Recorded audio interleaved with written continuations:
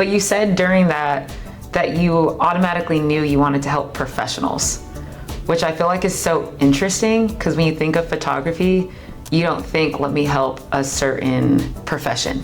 Yeah, you're thinking usually like street photography or like, yeah. Or like models and stuff like that, but. How would you describe your shooting style in 3 dramatic words? Vogue. I knew that was gonna be one of them. GQ. Okay, ooh. And, oh, you know what? I am in love with those vintage Ralph Lauren catalogs. Have you ever thought about teaching or mentoring? Because, and I'll tell you why I asked this question. I literally was behind you being like, I just need to be mentored by him for a day. Thank you, I appreciate it. So as far as mentoring is concerned and teaching. My name is JC. I'm the marketing officer here at Simplending Financial. And today I have the privilege of hosting this podcast episode with a guy whose camera sees more real estate than your average home buyer. Damn, you thought of that, wouldn't you? I did think of that one. I wrote it down. I didn't want to forget it. That was impressive. Joe, welcome to Simple Chat. Thank you. How you doing today? I'm well. I'm grateful. And when you texted me if I wanted to join the episode, at first I was like, so are we filming another one? Like, who's going to be the guest? And you were like, no, dummy, you're the guest. Yeah, and I was you're like, the guest. oh, shit. Yeah, the tables have turned. Yeah, I better wear something decent for once. He is the GOAT of photography. The real estate photographer, but the real estate photographer. You see what I did there? Y'all got to watch out for these little one-liners. She's had several days to come up ample with time these. Ample time. And I'm drawing blanks right now, so thank you. I You're appreciate welcome. that. I enjoy what I do, and I enjoy the people that I work with. And I love to hear that because I feel like even watching you, I could tell, like genuinely. Thank you. So like, let's get into these questions. Okay. How did you end up becoming a real estate photographer? Wow. It started in high school, Okay. funny enough, when I would do photography for fun. And eventually I got used to filming people, right? Because I would film myself. And I would be my first subject. I would try out different things. And so I realized like, okay, well, if I can photograph myself, then maybe I can also do this for local professionals. And then life happened. I graduated high school, went to college, and 2020 hit. 2020. The best year of our lives. The best year, honestly. But one thing I noticed is that I heard this saying that hard times are an opportunity for people, and people can either use those circumstances to better themselves, or they can fall back. That's a good one. That's a good one. And I was determined to at least have something to show for those times in COVID. And I had been furloughed from my restaurant job. I was still like a broke college student. And I decided, I was like, you know what? I've been doing this since high school. Let me see if I can actually make some money from it. Yeah. I didn't make any money. Well, there it is, folks. The first 2 years were hell. Well, people had no Absolute money. Hell. What? People had no money that year. People had no money. They weren't trusting. It was the middle of a global pandemic. That was a lot. Are you really gonna let this newbie come and film your house? A person who you've never met before, a person who came looking like a rascal with my mask on, just still trying to figure out how to use my cameras and shit. Yeah. At first, when I first started, especially shooting video, I was using my iPhone. And so it really tested my ability to learn and employ the basics of good photography, which would be lighting, composition, and so on and so forth, in getting your subject to the point where it actually looks interesting. So it was a trial by fire. Okay. But you said during that you automatically knew you wanted to help professionals, which I feel like is so interesting because when you think of photography, you don't think, let me help a certain profession. Yeah, you're thinking usually like street photography or like, Yeah. Or like models and stuff like that. But I wanted to have an impact, have a positive impact, and help businesses grow. Because I realized that it's a partnership. I'm not just there to take pretty pictures. I'm here to help get you business results. And if you're not getting business results, then why even hire a content creator? People don't think like that. Sometimes, yeah. Sometimes I realized that you usually have creatives who are great at being creative, but when you talk to them, sometimes you realize that they've spent so much of their time on the creative side that their businesses are failing. Wow. That's like a really interesting concept because you have a lot of TikTok. There's a trend right now. I'm a Dallas photographer hoping this makes the right crowd. I see. Because they're focusing so much on the creativity side. I see.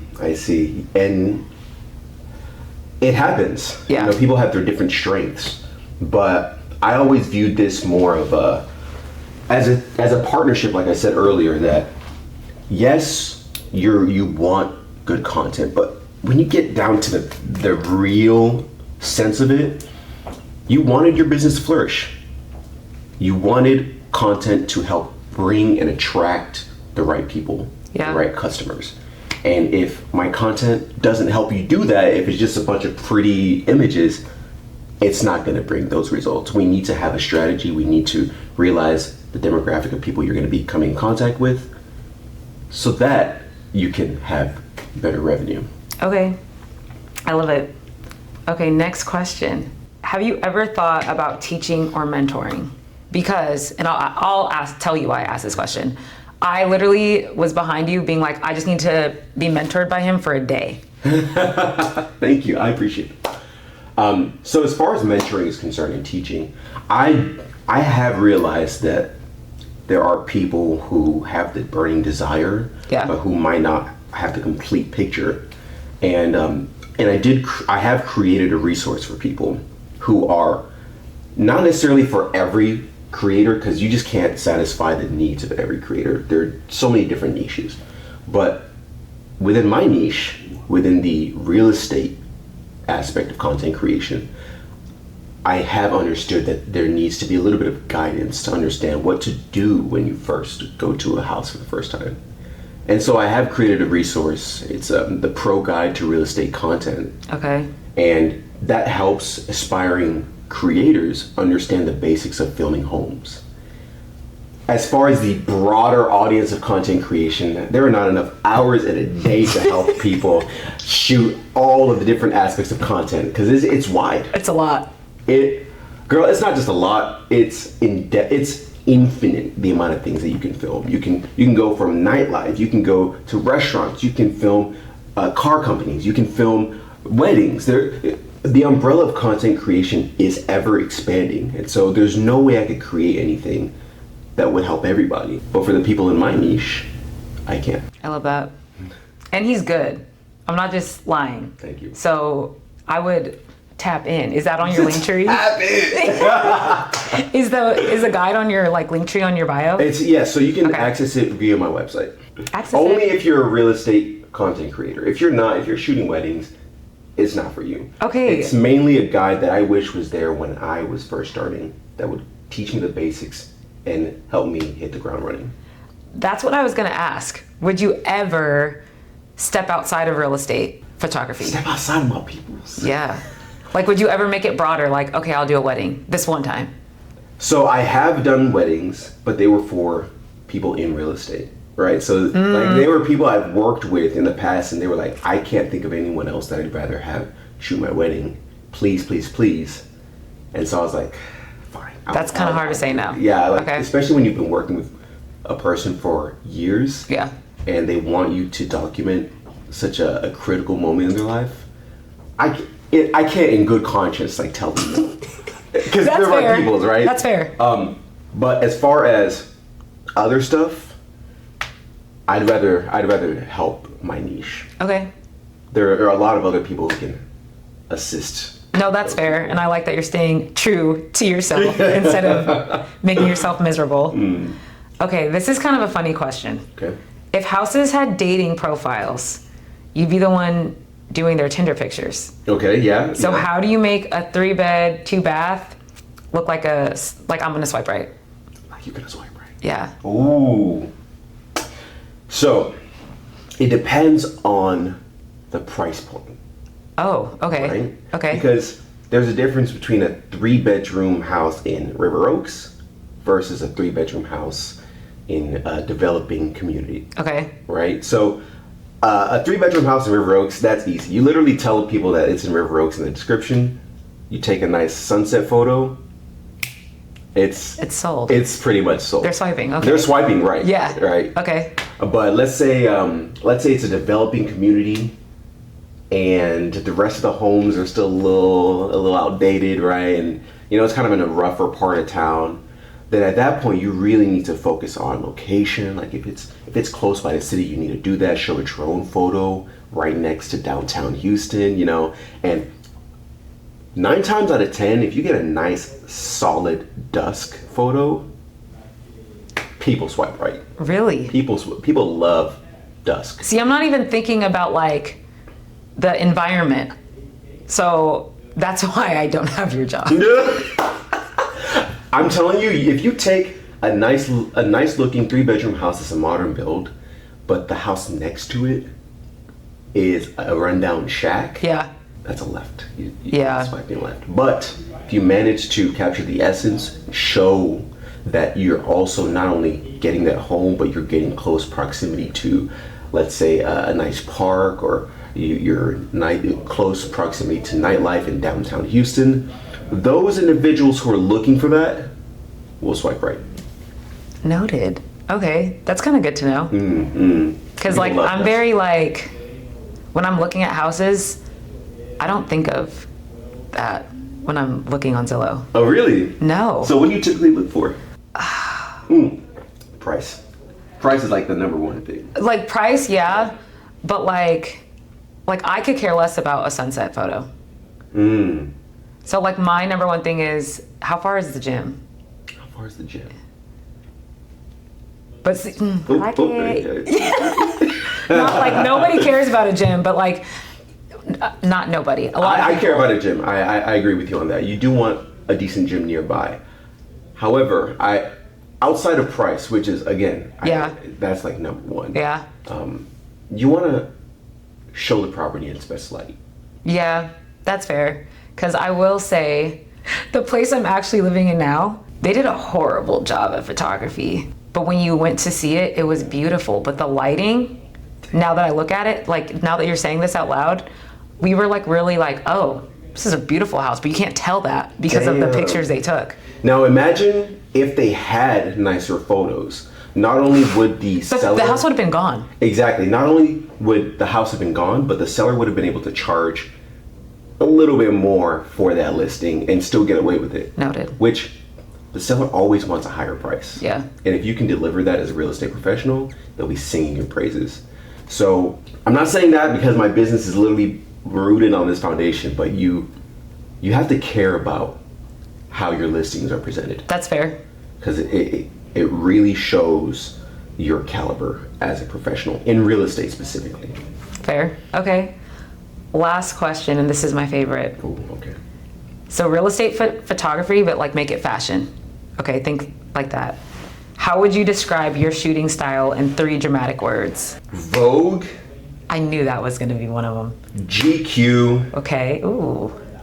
And oh, you know what? I am in love with those vintage Ralph Lauren catalogs. Yeah, that's a good one. My Pinterest is literally that. Okay. So when I'm looking for aesthetics, as far as, especially when filming people, because you have the listing, right? But you also have the person behind the listing. You have the agent who is bringing their star power and their connections to help sell these homes. And I know y'all know this, it's a tough market. But if you don't have those connections, if you're not pushing your value as an agent, then people are just going to go elsewhere. So I look at those as inspiration when I am showcasing the agent that's listing the home. Okay. And then it also bleeds into the way I photograph and shoot homes. I love it. You heard it here, folks. Book them now. Wait. She thought she was safe. I was really trying to end it. Okay. She was like, cut the cameras. No, he got out the iPad. Okay, here we go. If you know me, you know this is my buddy right here. And just so you guys know, Joe is like very, very like, when he thinks of a shoot, he like thinks in depth and then he like gets creative. So I just can't imagine how this question is You're gonna not ready be. for this one, y'all. Okay, here we I'm gonna show go. it to the people first. Okay. All right. All right. So, where's my mic? Why did you choose Simplending Financial? That's a good question. I know you could have worked pretty much anywhere else. If I'm gonna be honest, my first interview was with Janine and Sydney, and Oh, it's a lot there. like, I know people could like meet them and be like, yeah, they're cool, but like if you meet them, they are like real. Like they don't sugarcoat anything, which I like. But like when you meet the team, you can tell that they like actually care about each other. Yeah. And about their clients. And marketing is like new for me, and I really wanted to like dip into it more. And Janine has like given me like the full capacity to just be creative, which Yeah. I love. It's empowering. It is empowering, and it's empowering to see a woman boss in a field that's not woman led. Yeah. So Yeah. wasn't that hard of a question actually. Damn, I really should have upped the juice on that one. But you did mention that there is camaraderie here, and you can Yeah. sense that as soon as you come through the building. And I'm never gonna say that a business is like family, because you should never ever work with your family. No. And if you ever hear a company say, "Oh, we're like a family here," you need to run. Okay. Yeah, usually you should run. Yeah, you should run. You should not be working with a company that runs it like a family. Yeah. You want it to work like a team. Yes. You want it to work like the Lakers do, right? Eh. Insert your favorite sports team here, right? Like the you want it to Lakers. work like a well-oiled machine. Yeah. Because everyone plays their part, everyone works together, but they're not letting all that personal shit like get in between you and the profit. Because everyone is focused on making profit. Yes. Right, and so that's really what you want, and Simplending Financial has that. That actually means a lot coming from you, because we work closely together. So knowing that you can see that Yeah. that's key. Well, Okay. thank you, Joe, for joining this podcast. Thank you. Thank you guys for watching. Tune in for more.